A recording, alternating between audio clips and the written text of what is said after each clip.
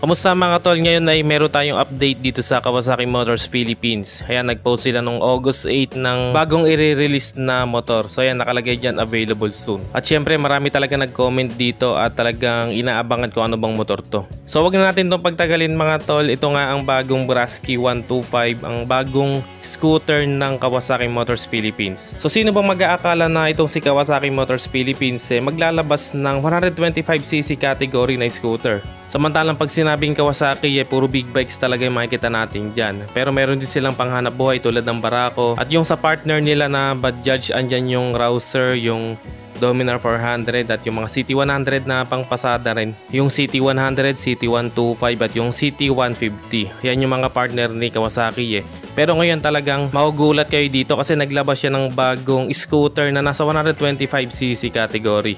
Ang tanong, ano bang meron dito o ano ba yung kayang i-offer sa atin itong bagong Kawasaki Brasky 125? So yan ang alamin natin sa video na to mga tol, kaya panoorin nyo itong video na to hanggang dulo para magkaroon kayo ng idea in the future kung gusto nyo maglabas itong bagong scooter na to. Unang-una mga tol, itong bagong scooter ni Kawasaki ay from Malaysia, no? Bali yung pangalan niya doon ay Modenas Karisma 125. So bali ang Modenas Malaysia ay parang kapartner or sister company ng Kawasaki. So siguro naisip ni Kawasaki Motors Philippines malakas talaga ang mga scooters dito sa Pilipinas, kaya dinala na dito itong Karisma 125. Pagdating sa looks ito mga tol, andun yung angas, yung pagka-sporty niya at yung pagka-aggressive looks niya, no?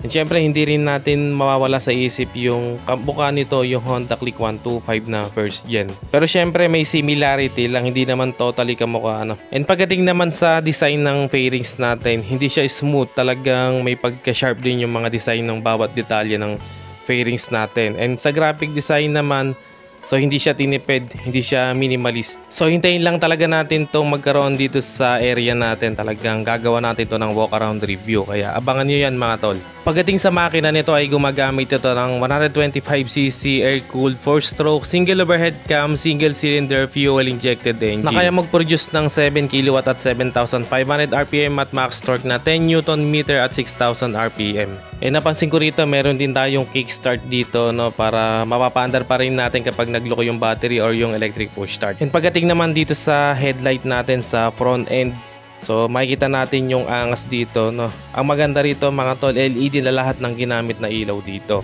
Dito sa turn signals, dito nakapwesto, no, tapos yung position light niya at doon sa mismong headlamp. And meron na nga rin pala tong hazard light. And pagdating naman dito sa likod, sa tail light natin, so very stylish, very compact ng design niya, no? At ang maganda nga dito, LED na lahat ng ginamit na ilaw dito. Dito naman sa meter panel natin, combination siya ng analog and digital. Bali yung analog niya yung pinaka-speedometer natin, and yung digital part niya andun yung odometer, yung fuel gauge, etc. At syempre meron din tong mga light indicators. At isa sa mga convenient features, sa tabi ng susian nito meron tayong push button dito na seat opener. And kapag binuksan natin yan, meron tayong 14 liters under seat compartment na kasya yung isang half face helmet. So medyo maluwang to mga tol, kaya pwede rin natin paglagyan ng mga small things natin.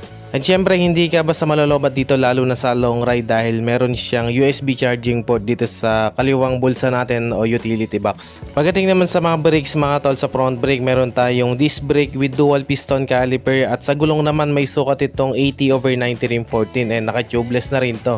And sa likod naman naka-drum brake yung brakes natin, tapos yung gulong may sukat na 90/90 rim 14 and syempre naka-tubeless na rin yan. Pagdating sa seat height nito, pasok na pasok sa ating mga Pinoy, ano, meron lang itong 760mm at yung ground clearance niya ay 120mm.